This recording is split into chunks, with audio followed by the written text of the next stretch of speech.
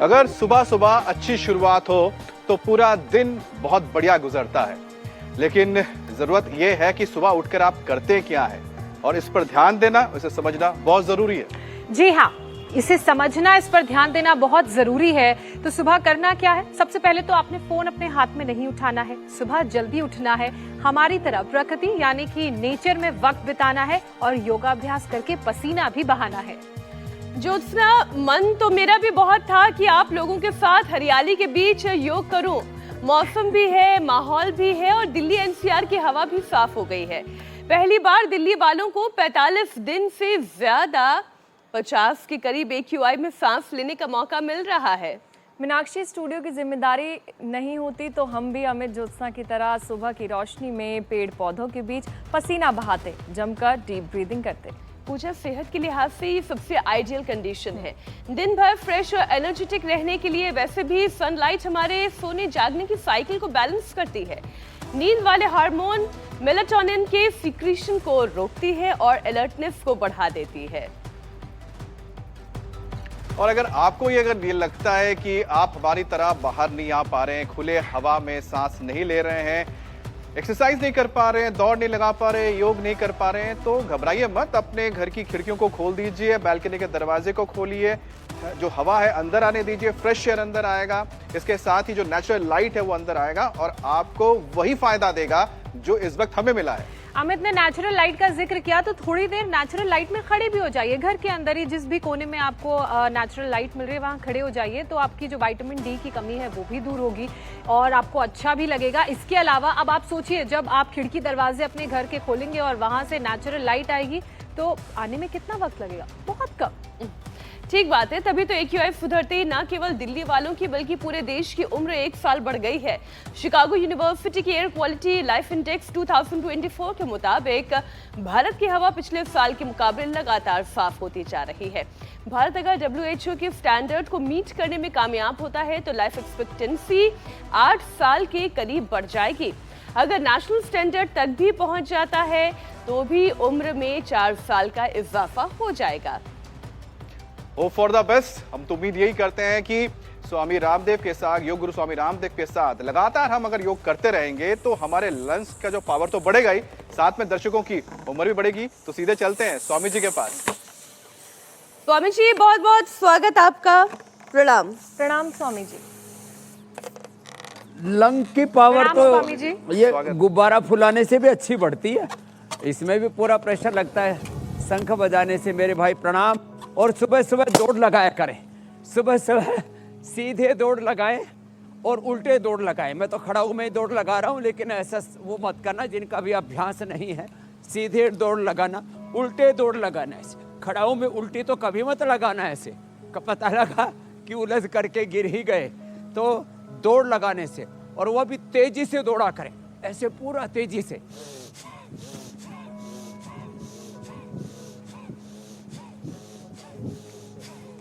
भस्त्रिका कपालभाति के साथ forward running, back running, और उसमें भी भस्त्रिका कपालभाति कर लो बेटा। इसमें हाँ, खड़े खड़े मत देखो।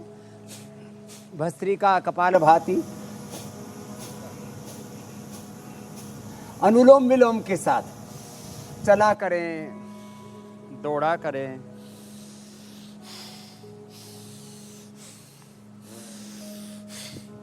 तो चलते चलते भी भस्त्रिका कपालभाति अनुलोम विलोम हो जाता है। और फिर हाँ, थेरापियों में एक तो हमारे गोपाल कृष्ण जी हैं, गोपाल जी हमारे बड़े महापुरुष हैं, कथाकार भी हैं। इनको तो लगाते हैं। अभी इनका बोले पंडितों के पेट का कोई ठिकाना नहीं होता क्योंकि बैठने का काम, कथा, व्यास जी कथा कर रहे घंटों, फिर खा लिया और फिर जो है पेट बढ़ा लिया। अब इनका पेट कम कर दिया काफ़ी हमने। बोलने वालों के लंग भी मजबूत होने चाहिए, तभी तो अच्छे से मुखर आवाज़ निकलेगी, मुखर स्वर निकलेगा। तो इनको हल्दी, अदरक, लहसुन, प्याज, दिव्य धारा मिला करके छाती पर लगाते हैं। फिर इधर पतंजलि बाम लगाते हैं रेडीमेड।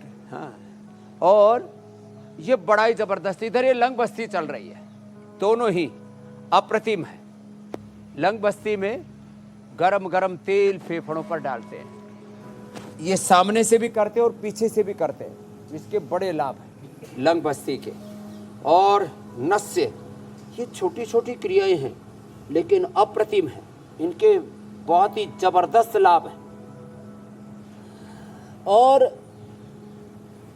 ये नस्य करने से पहले का संचित कफ भी निकल जाता है और आगे से नया कफ बनता नहीं है। दोनों काम एक साथ, पहले के संचित दोष से भी मुक्ति और जो है नया कफ बनेगा नहीं। फिर ये धूम्र से भी बड़ा जबरदस्त है, इसमें काकड़ा सिंगी है, त्रिकटू है, मुलेठी है, गाय का घी है, कर्पूर है, वो इसमें डाल देते हैं और उसका नस्य लेते हैं, धूम नस्य मुंह से लेते हैं, नाक से निकालते हैं, नाक से भी लेके मुंह से निकाल सकते हैं। इसका बड़ा ज़बरदस्त इफेक्ट आता है। और ये गुब्बारा तो मैंने पहले ही बताया था, ये स्पायरोमीटर, इससे भी आप अपना परीक्षण कर सकते हैं। स्वामी जी, ये मेरी कबर्ड में ही रखा है, मुझे पहले से पता होता तो आज मैं भी अपने लंग का टेस्ट कर लेती, निकाल के लिए आती बाहर। तो ऊपर से नीचे, नीचे से ऊपर, उथल पुथल पूरी मच जाती है। हाँ, और फिर दूध में हल्दी, शिलाजीत, च्यवनप्राश, बच्चों के लिए बालप्राश, ये हर मौसम में खाया जा सकता है। भ्रांति है कि च्यवनप्राश केवल सर्दियों में खाया जा। शंख बजाया करे, ये बड़ा जोरदार है। हम तो 1 मिनट तक गोपाल जी लगातार बजाते हैं इसे।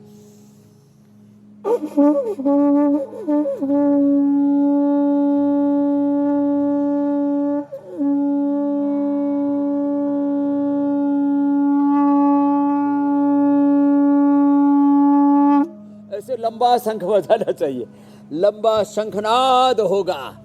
इससे एक तो पूरा चारों तरफ का जो वातावरण है उसमें दिव्य ध्वनि स्पंदन से पॉजिटिव वाइब्स आती हैं और ये बड़ा जबरदस्त है। अब फिर अभ्यासों में जो कर सके उनको सूर्य नमस्कार करना चाहिए, जो कर सके उनको ताड़ासन और अर्ध चक्रासन, अर्ध उष्ट्रासन, उष्ट्रासन, भुजंगासन करना चाहिए। ये पूरा पैकेज भी फेफड़ों के लिए करवा देता हूँ। फेफड़े मजबूत बनाना बहुत जरूरी है। ये हमारी छोटी छोटी गैया मैया भी आ गई है। पहले तो हमारे पास में 3 थे, अब ये 5 नए आ गए हैं। पुंगनूर से नए जीव आ गए हैं, हमारी गौ माता आ गई है छोटी छोटी, ये भी देख रहे हैं। और कल से घास ही चरने में लगे हुए हैं। इन्होंने देखा हरिद्वार की घास तो बड़ी अच्छी है, तो कल से उन्होंने बस हमारे हाथ से रोटी खाई, बाकी घास ही चर रहे हैं, बड़े मस्त हैं। और अब इनको कभी फेफड़े की प्रॉब्लम नहीं होती। ये तो कुश्ती भी करने शुरू कर दी।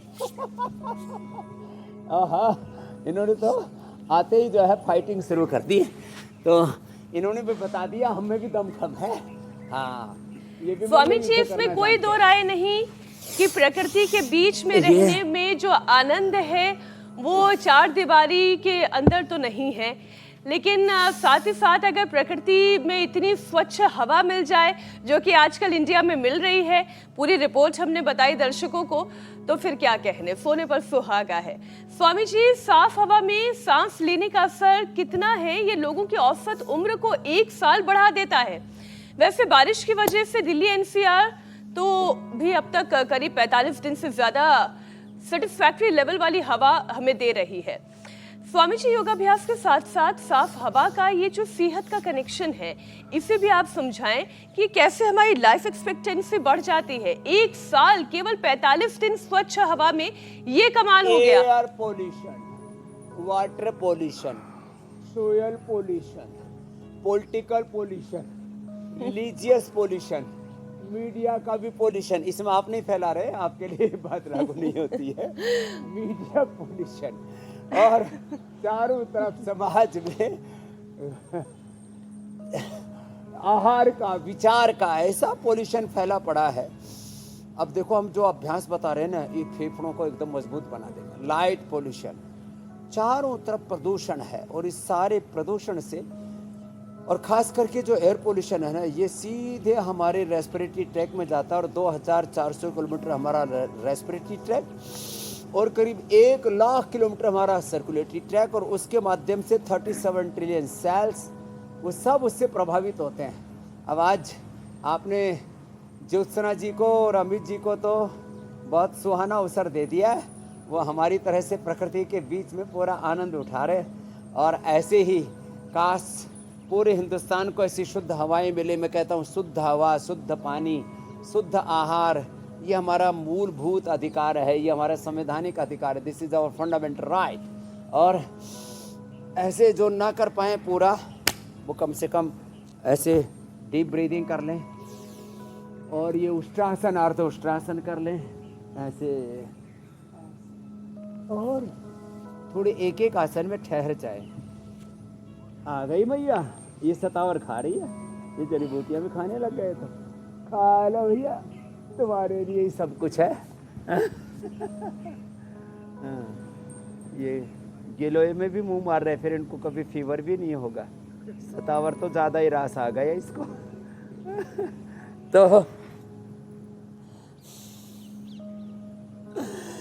तो आगे पीछे फॉरवर्ड बैकवर्ड बेंडिंग। शुद्ध हवा नहीं मिलेगी तो 37 ट्रिलियन सेल्स टिश्यू, उनके जो जीन्स हैं, क्रोमोसोम्स हैं, आरएनए, डीएनए, प्रोटीन फास्फोराइलेशन, उनका पूरा का पूरा ऑटोफेजी, माइटोफेजी, उनका पूरा मेटाबॉलिज्म, मेटाबॉलिक रेट पूरा सब गड़बड़ हो जाएगा। अंदर से पूरा साइटोकाइंस का अलग अलग प्रकार के विध्वंसक तूफान उठने लगेंगे। साइटोकाइंस का तूफान, अलग अलग डिजीज मार्कर्स उभरने लगेंगे। तो क्या करना है हमें? सुबह सुबह एक तो योग करना है, सुबह सुबह योग करना है, शुद्ध हवा लेनी है। Less oxygen supply is the main cause of all disease. Polluted oxygen, polluted air, जब एक तो कम ऑक्सीजन जाए और वो दूषित जाए, polluted air is the main cause of all diseases. And pure air, proper oxygen supply is the ultimate medicine for all diseases। लो, ये बात हो गई पूरी। अब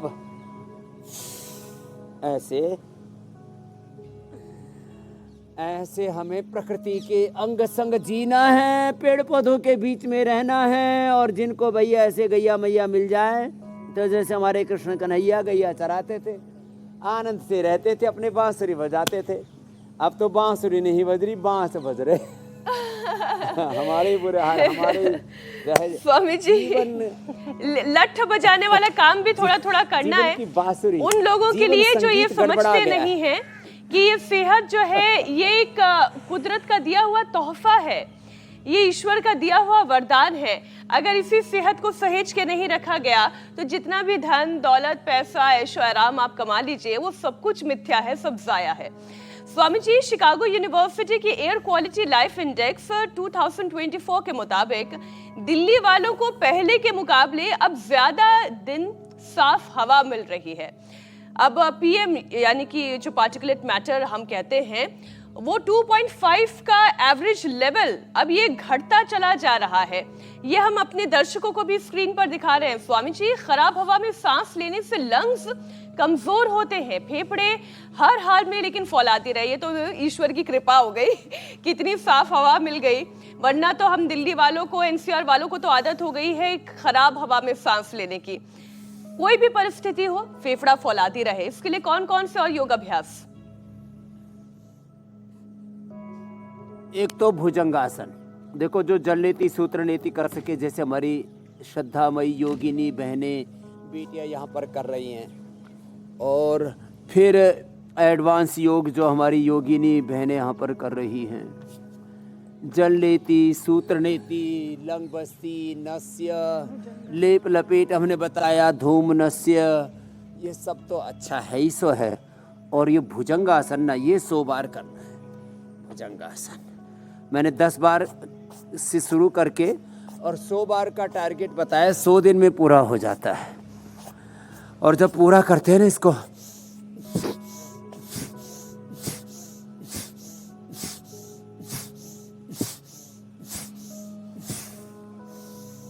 धीरे धीरे करके 100 बार ऐसे करें। सुबह सुबह धूप में कर लें, पसीना भी आएगा।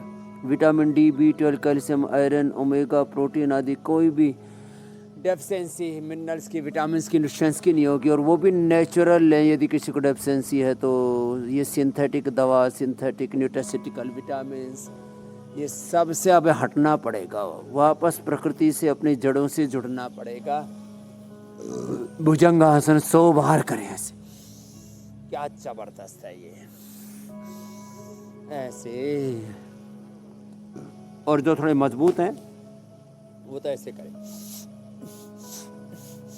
और ऐसे करें, ये और अच्छा है। अब ये हमारी गैया मैया भी देख रही है कि भैया यहाँ तो योग भी सीखेंगे अभी। हाँ, ऐसे साधारण दंड, और फिर ये मिश्र दंड ऐसे, और फिर ये ऐसे ऐसे।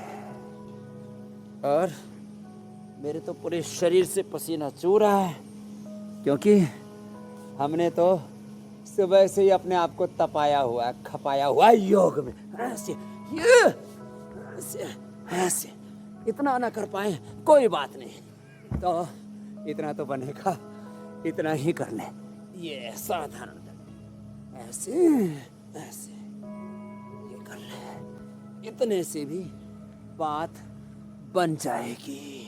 नहीं तो मकर आसन, भुजंगासन करके ही गुजारा कर ले। ये तो जो इतना कर लेंगे ना, फिर जिंदगी में कोई कष्ट होगा ही नहीं। नहीं तो अपना प्राणायाम ही कर ले, भस्त्रिका, कपालभाति, अनुलोम विलोम। इससे भी फेफड़े अच्छे हो जाएंगे। दूध में हल्दी, शिलाजीत, च्यवनप्राश का मैंने प्रयोग बताया। श्वासारी प्रवाही, श्वासारी क्वाथ, श्वासारी अवले, श्वासारी वटी, ब्रोनकोम, और गले में खर होती है तो लवंगादि, खदरादि और कंठामृत। इतनी अच्छी अच्छी चीज़ें हैं।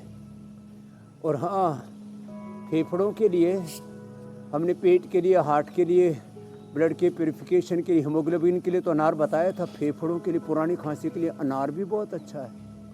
और ये जो अनानास है ना, पीला हो जाए एकदम, सफ़ेद सफ़ेद का पीते ना ऐसे ही, बस ठीक है, जूस के नाम पर या खाने के नाम पर हम खा लेते हैं। एकदम पका हुआ पीला अनानास, ये इसका जूस ना, ये कफ को काट देता है। नेचुरोपैथी में ये बहुत बड़ा सिद्धांत है।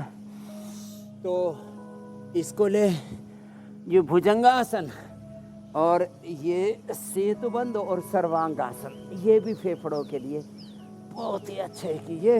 और एक इसमें पूरा ब्लड सर्कुलेशन फेफड़ों की ओर बहुत अच्छे से हो जाता है। ये भी किया करें।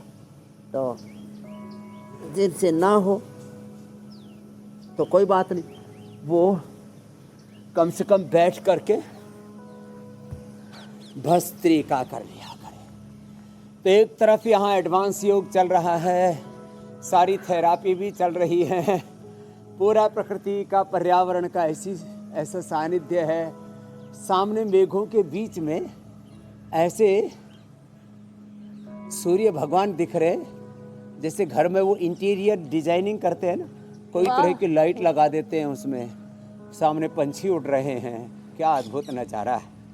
तो जो है, प्रकृति के बीच में जो रहेंगे उनके जीवन में कोई विकृति नहीं आएगी। ये अभ्यास से बैठे बैठे स्वामी जी, आपने खूब कही बात। वाकई में कुदरत, ईश्वर से ज़्यादा सुंदर, ज़्यादा अच्छा इंटीरियर डेकोरेशन तो कोई कर ही नहीं सकता। बस हम ही हैं जो ये डेकोरेशन ख़राब करने में लगे हुए हैं, इंटीरियर भी और एक्सटीरियर भी। तो इस डेकोरेशन को ख़राब नहीं करना है, इसे अच्छा बना के रखना है। स्वामी जी, साफ हवा, सूरज की रोशनी हमारे शरीर को ऊर्जावान बनाती है, तरोताज़ा करती है, और इसका असर अमित पर दिखाई दे रहा है। सुबह से ही, मतलब शो शुरू होने से पहले ही देखिए वो कैसे दौड़ लगाने में लगे हुए थे। हमने सब रिकॉर्ड करके रख लिया। अमित दौड़ लगा रहे थे, ज्योत्सना उनके साथ साथ दौड़ लगा रही थी। आज इनको लगा ना कि जितना विटामिन डी है सारा फटाफट ले लिया जाए, क्योंकि कल हो सकता है फिर स्टूडियो में हमारे साथ ही आना पड़े। तो स्वामी जी, ये जो खुले आसमान के नीचे स्ट्रेचिंग करना, पसीना बहाना, लंग्स को प्यूरिफाई करने का जो तरीका आप बताते हैं वो सारा अमित और ज्योत्सना कर रहे थे। तो योगाभ्यास और वर्कआउट करने से ब्लड को कैसे प्यूरिफाई किया जा सकता है, ये मैकेनिज्म भी आप समझाएं।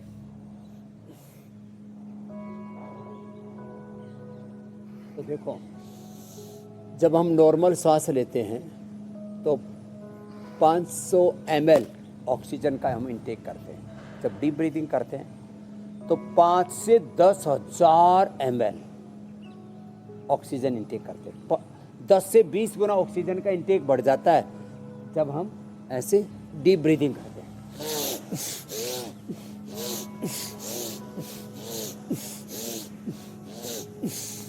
और मैंने ऐसे हजारों लोगों के बारे में सुना है, सैकड़ों लोगों को मैं जानता हूं जो बिना आहार के जिंदा है। 500 दिनों से लेकर के पूरे जीवन भर जिन्होंने आहार नहीं लिया, ऐसे देवियों से, ऐसे देवता स्वरूप महापुरुषों से मैं मिला हूं। जिंदगी भर आहार नहीं लिया, पानी भी नहीं पिया, खाना भी नहीं खाया, तो भी जिंदा है। लेकिन ऑक्सीजन के बिना कोई जिंदा नहीं मिला। इसलिए प्राणो ब्रह्मेति वेदारात। गोपाल जी, प्राण ब्रह्म है, उपनिषद का ये हमारे जो है वेद वचन है, प्राणो ब्रह्मेति व्यजानात। तो देखो, प्राण हमारे जीवन का आधार है। इस प्राण तत्व को योग तत्व के साथ हम सबल बनाते हैं। एक तरफ कठिन कठिन योगाभ्यास हमारी श्रद्धामयी बेटियां कर रही हैं, स्वामी जी, एक तरफ योगाभ्यास का ये सिलसिला हम आगे भी जारी रखेंगे, लेकिन जो जरूरी है एक बार वो खबर दर्शकों तक मैं पहुंचा दूं। प्रधानमंत्री मोदी 3 दिन के ब्रुनेई और सिंगापुर दौरे के लिए रवाना हो रहे हैं। प्रधानमंत्री मोदी पहले ब्रुनेई जाएंगे। प्रधानमंत्री ब्रुनेई के सुल्तान हसनल बोल्किया और सिंगापुर के प्रधानमंत्री लॉरेंस वोंग के निमंत्रण पर ब्रुनेई सिंगापुर यात्रा पर जा रहे हैं। और ये उनके विदेश यात्रा की शुरुआत जब हो रही है उस वक्त ये तस्वीरें हैं। स्वामी जी पूरा लौट रहे हैं योगाभ्यास पर। अच्छी बात है, सुबह सुबह योग करके प्रधानमंत्री जी प्रवास पर निकले। अभी हम सिंगापुर से और हांगकांग से लौटे हैं। ये तो जीवन की सतत यात्रा है, चरे वेती चली जा रही है। और हमें भी चला जा रहा हूँ मैं राह पर तुम्हारी, राह में आए जो तूफान भारी, थामे हुए बस मेरा हाथ तू है, मेरा नाथ तू है, मेरे साथ तू है, नहीं मैं अकेला, मेरे साथ तू है। अंति संतम न जहाति अंति संतम न पश्यति, पश्य देवस्य काव्यम न ममार न जीर्यति। ऐसे ये तो सतत प्रवाहमान है जीवन, और जीवन है तो सब कुछ है। अब कोई आदमी मर जाए और उसके कान में बोलो भाई तेरे को प्रधानमंत्री बना देते हैं मोदी जी बाहर गए, तेरे को बैठा देते हैं कुर्सी, वो मुर्दा को सुनेगा ही नहीं। भाई तेरे को भारत रत्न दे देते हैं, तेरे को नोबेल पुरस्कार दे देते हैं, तेरे को करोड़ों अरबों की दौलत दे देते हैं। जीवन है तो सब कुछ है, और जीवन है ऑक्सीजन से। अच्छा स्वामी जी, ये भी जीवन शब्द का अर्थ संयोग ही है, जीव प्राण धारण। ये भी संयोग ही है कि आप भी अभी सिंगापुर के दौरे से लौटे ही हैं और अब प्रधानमंत्री नरेंद्र मोदी सिंगापुर के दौरे पर जा रहे हैं। और उनका जो प्राइम फोकस रहेगा वो इन्वेस्टमेंट और टूरिज्म के सेक्टर में कैसे डेवलपमेंट लाया जा सकता है। आप तो खुद सिंगापुर होकर आए हैं। जी, मैं वही कह रही थी कि अच्छा, ये अद्भुत संयोग हो गया कि आप बस सिंगापुर से लौटे हैं और प्रधानमंत्री सिंगापुर जा रहे हैं।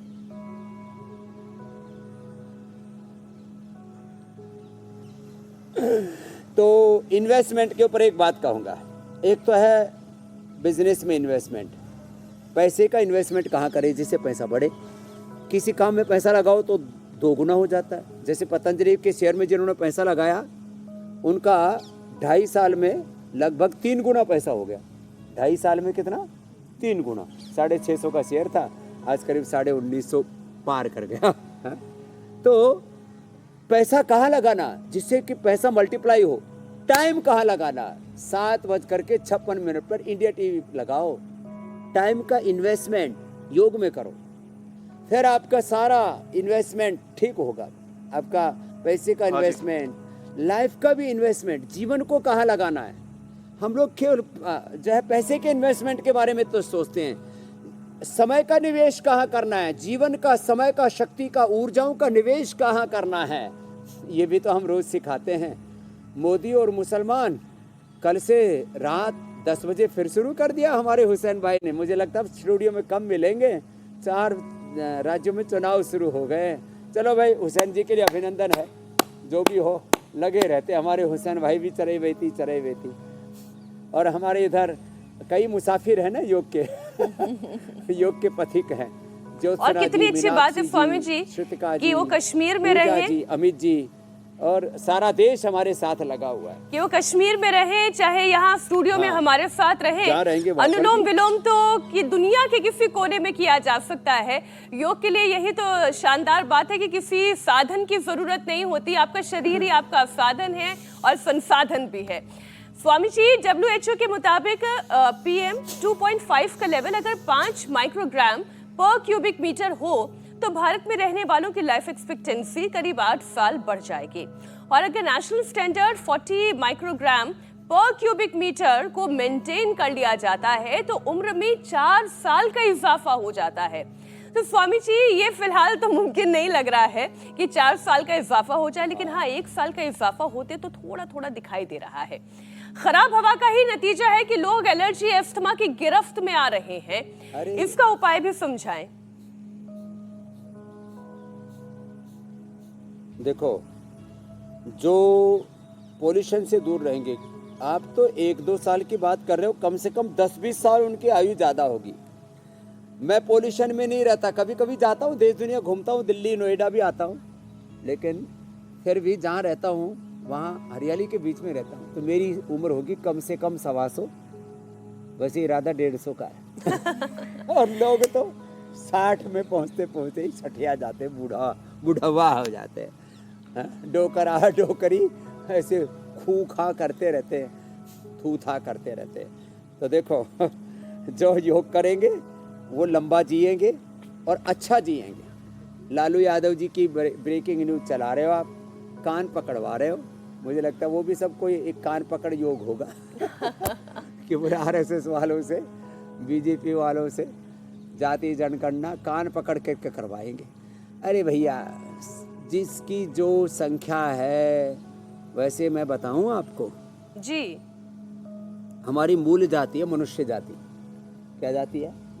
मनुष्य जाति। ये पशु जाति है, और पशु में भी ये गाय की जाति है, एक भैंस की जाति है। तो गाय होती है। अब गाय में, अब ठीक है, थोड़ा छोटा बड़ा है, ऐसे किसी आदमी के पास कम पैसा है, ज़्यादा पैसा है, कोई किसी कुलवंश में पैदा हो गया, लेकिन एक बात हमें याद रखनी है, सबके भीतर एक आत्म तत्व, एक परमात्मा तत्व है, और हमारा सबका DNA 99% 99 एक जैसा है। ये साइंटिफिक बात बता रहा हूँ। कुछ ऐसा है ना, ये वस्तुगत तथ्य है, वस्तुनिष्ठ तथ्य, सत्य, एक तत्वनिष्ठ सत्य। तत्वनिष्ठ तो परात्पर ब्रह्म, एकम ब्रह्म, एक ही है ब्रह्म। तो लेकिन वस्तुनिष्ठ सत्य और तथ्य और तत्वनिष्ठ सत्य और तथ्य, हम सब एक हैं। बाकी जाति गणना करा लो भाई, बाकी और सब व्यवस्थाएं करवा लो। लालू जी से आपकी बात करवानी पड़ेगी स्वामी जी, एकत्व की बात है। बहुत दिन हो गए लग रहा है आपने उन्हें योग नहीं कराया है एक और विषय में शामिल कर लेती हूँ। नहीं मुझे कुछ पुरानी तस्वीरें याद आ रही थी कि आप उनको अनुलोम विलोम करवा रहे थे। एक बार फिर से सभी को, कोई नेता हो, कोई राजनेता हो, कोई एंकर हो, कोई अभिनेता हो, उससे क्या फर्क पड़ता है? योग की आवश्यकता तो सबको है, अच्छी सेहत की आवश्यकता तो सबको है, योग तो करना है। बिल्कुल। स्वामी जी, कई बार कोई चीज फायदा देती है तो कुछ लोगों को नुकसान भी पहुंचाती है। अब बारिश की ही बात कर लेती हूँ, इसमें कोई शक नहीं, इससे हवा साफ हुई है, लेकिन हवा में नमी बढ़ने की वजह से एलर्जीज की परेशानी बढ़ गई है। खांसी हो, जुकाम हो, इसके मामले तो बढ़ ही रहे हैं, आप भी अपने आसपास लोगों से सुनते ही होंगे। निमोनिया के केसेस भी बढ़ गए हैं। तो योग करते करते स्वामी जी समझाएं कि सावधानी क्या क्या बरतने की जरूरत है, खासतौर पर जो बारिश का मौसम होता है, जो पहले से ही एलर्जिक है, एस्थमेटिक है, निमोनिया अगर हो जाए तो फिर क्या करना है? अब देखो, एक नैसर्गिक जीवन पद्धति के बारे में बता रहे हैं। जैसे हमारी देखो गाय ये नैसर्गिक, हम इस पर कोई पेस्टिसाइड नहीं डालते, तो ये नैसर्गिक खाना खाती हैं, इसलिए इनको सर्दी जुकाम बुखार कुछ नहीं होता। तो प्रकृति के संग जियो। तो अब जिनको अस्थमा, उनको क्या खाना पीना है? उनको एक तो चना खाना है, दूसरा खजूर खाना है। ये चना खजूर हमने इसलिए रखा आज। और चने का ही, इसका ही भुने हुए चने का आटा बनाओ, सामान्य आटे से भुने हुए चने का आटा बनाओ, थोड़ा सा उसमें जौ मिला दो, थोड़ा सा कोई भी और अनाज हल्का, वैसे अकेले चने के आटे की रोटी, और साहब च्यवनप्राश के साथ खाओ। यही डाइट रखो और कुछ खाना ही नहीं, दूसरी चीजें थोड़ी देर के लिए। हाँ, और दूध, अकेला दूध कफ करता है। ये हमारी मीनाक्षी जी भी दूध की पियक्कड़ है इसको बीच में कफ हो गया तो भी जो है जम करके दूध पी रही। फिर मैं से बोले बाबा जी मेरी खांसी ठीक नहीं हो रही। मैंने कहा बेटा क्या ले रही हो? बोले दूध पी रही हो जम करके। मैंने कहा दूध में हल्दी डाल के लो, तो दूध में हल्दी डाल के लिया तो फिर एकदम ठीक हो गई। तो अकेला दूध भी नहीं पीना अस्थमा वालों को, कफ कोल्ड वालों को। दूध बहुत अच्छा है, दूध अमृत है, और गाय का दूध तो विशेष रूप से। लेकिन ये हमने पूरा एनसीआर में, पूरा राजस्थान और महाराष्ट्र काफ़ी इलाकों में उपलब्ध करवा दिया। अब कहाँ कहाँ उपलब्ध कराएं, डिस्ट्रीब्यूशन के लिए भी बहुत पुरुषार्थ करना पड़ता है। तो दूध में हल्दी, शिलाजीत, च्यवनप्राश, और ये जो है खजूर कल्प इसको बोलते हैं, खजूर, और ये चना, और चने की रोटी के साथ च्यवनप्राश, च्यवनप्रभा, गुड़ वाला च्यवनप्राश, या अलग अलग प्रकार का च्यवनप्राश भी, ट्रेडिशनल च्यवनप्राश सब हमने दिया है। और बालप्राश तो इतना स्वादिष्ट, और बच्चों की इम्यूनिटी ऐसे सुपर इम्यूनिटी हो जाएगी, महाराणा प्रताप छत्रपति शिवाजी महाराज की तरह, भगत सिंह की तरह, जोरावर फतेह सिंह की तरह मजबूत बच्चे बनेंगे, वीर बालक बनेंगे। नहीं तो आजकल के बालक तो ऐसे चुलबुले, थुलथुले, पिलपिले, ऐसे जैसे वो बरसात में पानी में बुलबुले से फूटते, फूंक मारो और उड़ जाते हैं। ऐसे नहीं होना, तो मजबूत बनना है, फौलादी बनना है, रफ टफ ऐसे बनना है। बच्चों का दौड़ लगाओ, तपस्या करवाओ। ये गोमुखासन बड़ा अच्छा है कफ कोल्ड के लिए। तो फिर जिनको ये निमोनिया, डबल निमोनिया, ये तो श्वासारी प्रवाही, श्वासारी वटी, ब्रोनकोम तो बताया मैंने। एक और उपाय बताता हूँ। जिनको एक एक श्वास गिन गिन के आ रहा, ऑक्सीजन लेवल 60 तक चला जाता, 50 तक चला जाता, मरणासन्न हो जाते, 1 महीने में 3 से 5 ग्राम स्वर्ण वसंत मालती अबरक भस्म 5 से 10 ग्राम, और उसमें थोड़ी मोती पिष्टी मिला करके इसकी 30 पुड़िया बना दो, और सुबह खाली पेट खिला दो। फेफड़े ऐसे टनाटन हो जाएंगे, घोड़े की तरह दौड़ेंगे ऐसे। हाँ, चना ये हमने कहाँ से लिया? घोड़े से लिया। चना खा करके घोड़ा कैसे दौड़ता है, इससे रेस्पिरेटरी सिस्टम बड़ा स्ट्रांग होता है, इसका ये निष्कर्ष। तो छोटी छोटी बातें हैं ये, हम बताते रहते हैं। फिर और मैंने कहा अनार और पपीता अधिकतम ये खा सकते हैं, अनार और पपीता। बाकी सब चीज़ें बंद करा देते हैं। जो एक्यूट ना हो तो अनानास भी खिला देते हैं, ये कफ को फाड़ देता है, पहले जमा हुआ कफ निकाल देता है और आगे जमने नहीं देता। नस भी करवाते जो चल रहा है इधर, ये नस से लंग बस्ती हो बड़ी ज़बरदस्त है। और फिर ये भी क्या चल रहा है, ये अनुलोम विलोम जो हमारे गोपाल जी लगे हुए हैं। हाँ, आप भी कर लो भाई साहब, हाँ करो। और ये हमारी बिटिया भी, क्या नाम बाबू? प्रियंका वर्णवाल, लगी रहो। हाँ, अब तेरा ये धूमने से अब कम हो गया है, तो इसको इसमें थोड़ा डालो, हल्दी डालो, थोड़ा सा ये डालो, काकड़ा सिंगी डालो, कपूर डालो, और इसका धूमने से, ये भी धूम चिकित्सा, यज्ञ चिकित्सा भी कराते हैं। वातेष्टि, पित्तेष्टि, कफेष्टि, निसंतानों के लिए संततिष्टि, मस्तिष्क रोगों के लिए मेधाष्टि, शुगर में मधुष्टि, चर्म रोगों में चर्मेष्टि, और फिर उसके यज्ञ के भस्म का पानी पिला देते हैं। सारी बॉडी एसिडिक से अल्कलाइन हो जाती है आज जीवन। तो गोमुखासन बड़ा अच्छा था। फिर बैठ करके, लेट करके, ऐसे ये अभ्यास थोड़ा थोड़ा सब करते रहे। स्वामी जी, आपने गोमुख आसन के फायदे बताए। मोटे लोगों को भी बहुत ज्यादा अस्थमा होता है। अब स्वामी जी, एक और बीमारी है जिसका नाम है ब्रोंकाइटिस। अब स्वामी जी, ये ब्रोंकाइटिस किस वजह से होती है, इस पे क्या होता है? और दूसरी बात है कि स्वामी जी, खासकर इस मौसम में जबकि बरसात होती है, डैम्पनेस ज्यादा होती है, तो लोगों को सांस लेने में काफी दिक्कत होने लगती है स्वामी जी। ये इसी से जिसके अंत में लगता हो ना, अब मैं इसका इलाज बताता हूँ। इस ब्रोंकाइटिस, फेफड़ों की सूजन, साइनोसाइटिस नाक की सूजन, सोराइसिस स्किन की सूजन, अर्थराइटिस अंदर हड्डियों में सूजन, पेनक्रियाटाइटिस पेनक्रियाज की सूजन। हाँ, ये जो सूजन है ना अंदर, इसको अंग्रेजी में कहते हैं स्वेलिंग, वो तो छोटा शब्द है, इसके लिए मेडिकल टर्मिनोलॉजी है अंदर इन्फ्लेमेशन। तो फेफड़े में जो इन्फ्लेमेशन है ना उसको कहते हैं ब्रोंकाइटिस।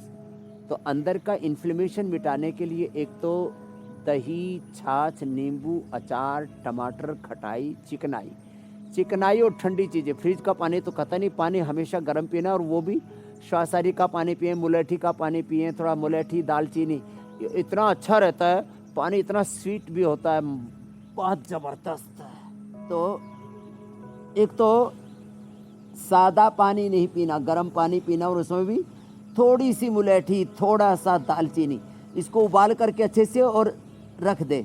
इसका फिर जो गदला सा पानी वो नीचे बैठ जाएगा, साफ नितरा हुआ पानी आप बोतल में, थर्मस आदि में भर करके रख लें, और वो भी कांच की बोतल या स्टील की बोतल होनी चाहिए, या मिट्टी का पात्र होना चाहिए। ये तो प्लास्टिक की बोतलों में प्लास्टिक के कण करीब 70% लोगों के अंदर माइक्रो प्लास्टिक अंदर चला गया है। तो ब्रोंकाइटिस के लिए दिन भर मुलेठी का, दालचीनी का पानी पीना, या सौसरी का, क्वाथ का, या दिव्य पेय। ये दिव्य पेय बड़ा ज़बरदस्त है। ये जो इधर हमारे दिव्य पेय रखा है ना, ये दिव्य पेय हमने रेडीमेड भी बना दिया हमने। पहले हमने पाउच में देना शुरू किया था, फिर लोग बोले हमको तो उसमें चाहिए।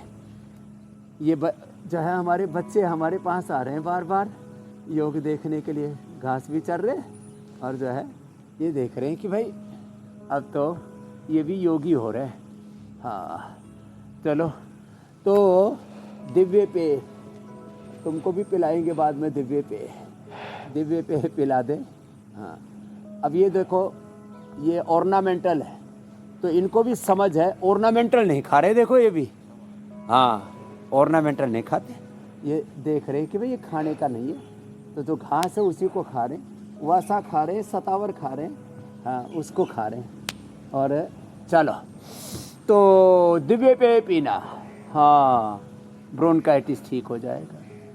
और सोराइसिस हो तो फिर नमक मीठा बंद कर दो, और कायाकल्प वटी खाओ, कायाकल्प तेल लगाओ, या डर्माग्रिड, सोरोग्रिड, मिलिनोग्रिड, एक और है दिव्य तैलम खाओ, और दिव्य कैप्सूल ले लो, तो फिर सोराइसिस भी ठीक हो जाता है। पेनक्रियाटाइटिस हो, पेनक्रियाज में सूज हो, तो पेनक्रियोग्रिड, ये बड़ा ज़बरदस्त है, और ये पित्त बढ़ने से होती है। इन्फ्लेमेशन किसी भी तरह का कब होता है? जब ऑक्सीजन की सप्लाई कम होती है अंदर, और टॉक्सिन्स बढ़ते हैं, और सबसे ज़्यादा टॉक्सिन्स किससे बढ़ते हैं? नमक से और चीनी से, मैदा से, अनहेल्दी फूड से, अनहेल्दी आहार, अनहेल्दी विचार, ऐसे ही गलत थॉट्स को हम कंज्यूम करते रहते, गलत आहार को कंज्यूम करते रहते, गलत हवा को, मैंने कहा political pollution, religious pollution, environmental pollution, पता नहीं कैसे कैसे अलग अलग प्रकार के पोल्यूशंस को कंज्यूम करके पूरे फिर इन्फ्लेमेशन बढ़ाते रहते हैं, इन्फेक्शन बढ़ाते रहते हैं। खुली हवा में भस्त्रिका करो, ये है ब्रोंकाइटिस का सॉल्यूशन। शंखनाद करो, जैसे शुरू में बताया था।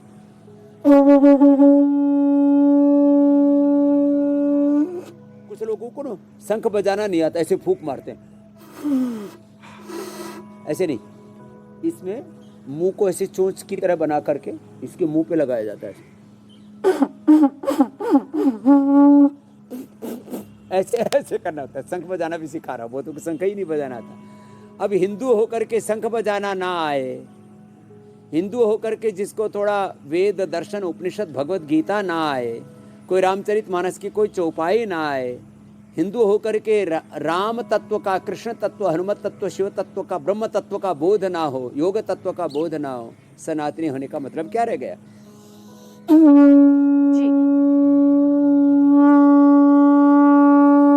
ऐसे जोर से शंखनाद किया कर, पूरा आनंद ही आनंद है। भस्त्रिका किया करे।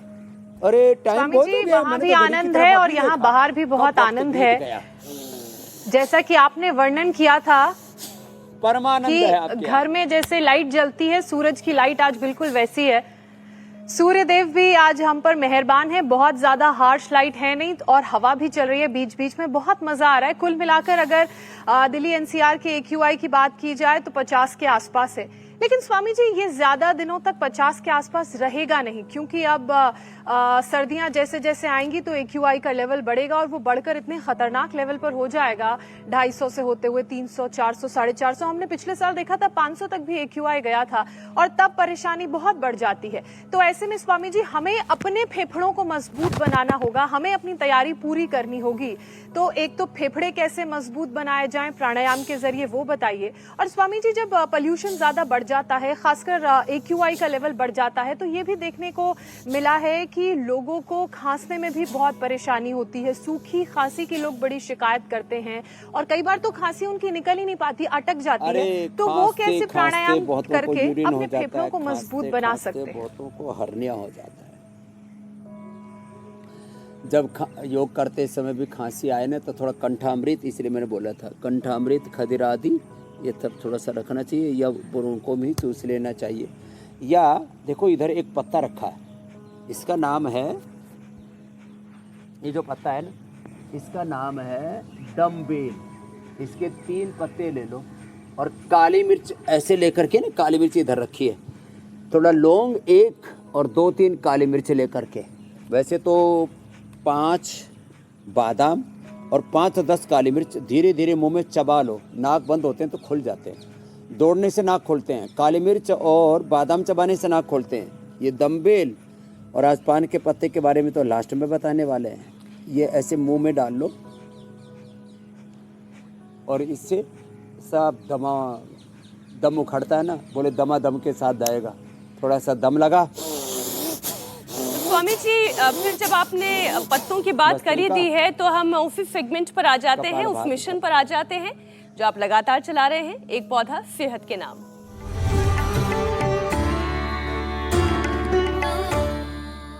स्वामी जी आज कौन सा चमत्कारिक पौधा आप लगाने जा रहे हैं?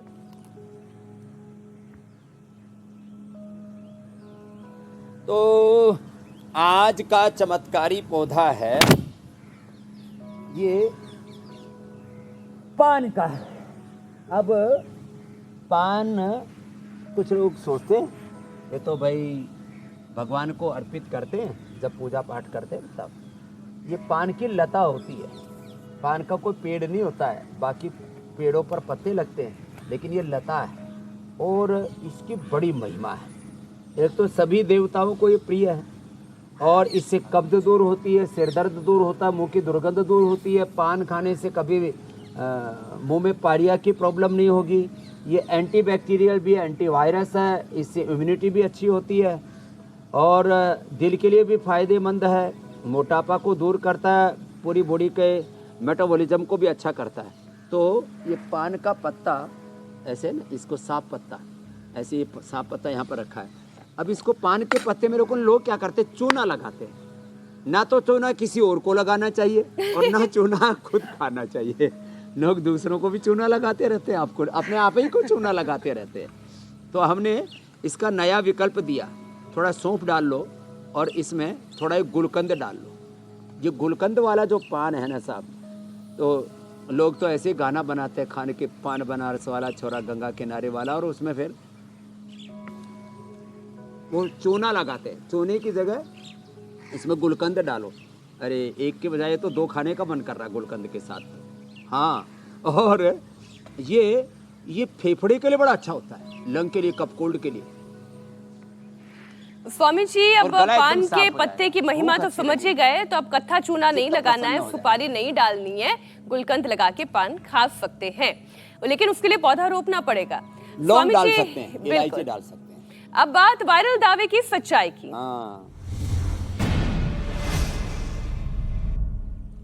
अस्थमा पेशेंट्स ना कोई स्पोर्ट्स खेल सकते हैं और ना कोई एक्सरसाइज कर सकते हैं। स्वामी जी सवाल ये है कि क्या वाकई में अस्थमा पेशेंट अगर कोई स्पोर्ट्स खेलेंगे तो उन्हें नुकसान हो जाएगा? ये 100% झूठा दावा है। अस्थमा वालों को खेल खेलना चाहिए, धीरे धीरे अपने फेफड़े की स्ट्रेंथ बढ़ानी चाहिए, प्राणायाम भी करना चाहिए, ऐसे झूठे दावों से बचना चाहिए। ये अलग बात है कि बच्चों की इम्यूनिटी कमज़ोर होगी। मैंने सुना अभी झारखंड में कुछ लोग भर्ती के लिए दौड़ रहे थे, दौड़ते दौड़ते 8-9 बच्चे तो मर गए। क्यों? 9 बच्चे मर गए और 100 बेहोश हो गए। करके आए, एकदम से कोई भी एक्सरसाइज ना करे। ये 100 मर गए रे रामा। नहीं स्वामी जी 100 बेहोश हो गए और तो तकरीबन हर दिन ये इस तरीके की घटना सामने आ रही थी। हाँ, तो एक्सरसाइज करनी है, योग अभ्यास भी करना है, कोई स्पोर्ट भी खेल सकते हैं, लेकिन सलाह के साथ धीरे धीरे कैपेसिटी बढ़ाते हुए। स्वामी जी, अब बात यौगिक चैलेंज की, जिसे एक्सेप्ट करते हुए बहुत सारे दर्शकों ने हमें वीडियोस भेजे हैं।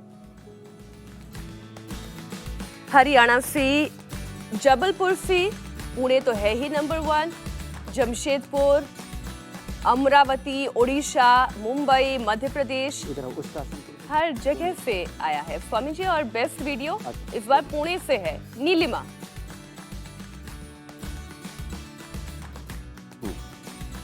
नीलिमा के लिए एक बार जोरदार तालियां हो जाए। हाँ। तो देखो आज का योग चैलेंज स्वामी जी। ऐसा पूरा उत्साह पूरे देश में। अब चैलेंज दे रहे हैं उष्ट्रासन का। तो ऐसे उष्ट्रासन करें, पूर्ण उष्ट्रासन हो जाए तो बहुत अच्छी बात है। ये बच्चे तो पूर्ण उष्ट्रासन कर रही है। घुटनों के बल बैठ करके धीरे धीरे पीछे जाना। वापस आओ एक बार फिर से, ऐसे वापस आए देखो, और घुटनों के बल खड़े हो जाओ, धीरे धीरे ऐसे पीछे जाए और पीछे पैर पंजों के ऊपर सिर टिका लेते हैं। तो इसमें थोड़ा समय तो लगेगा, लेकिन जैसे हमारी दोनों ही बेटियां कर रही हैं ऐसे कर पाएंगे।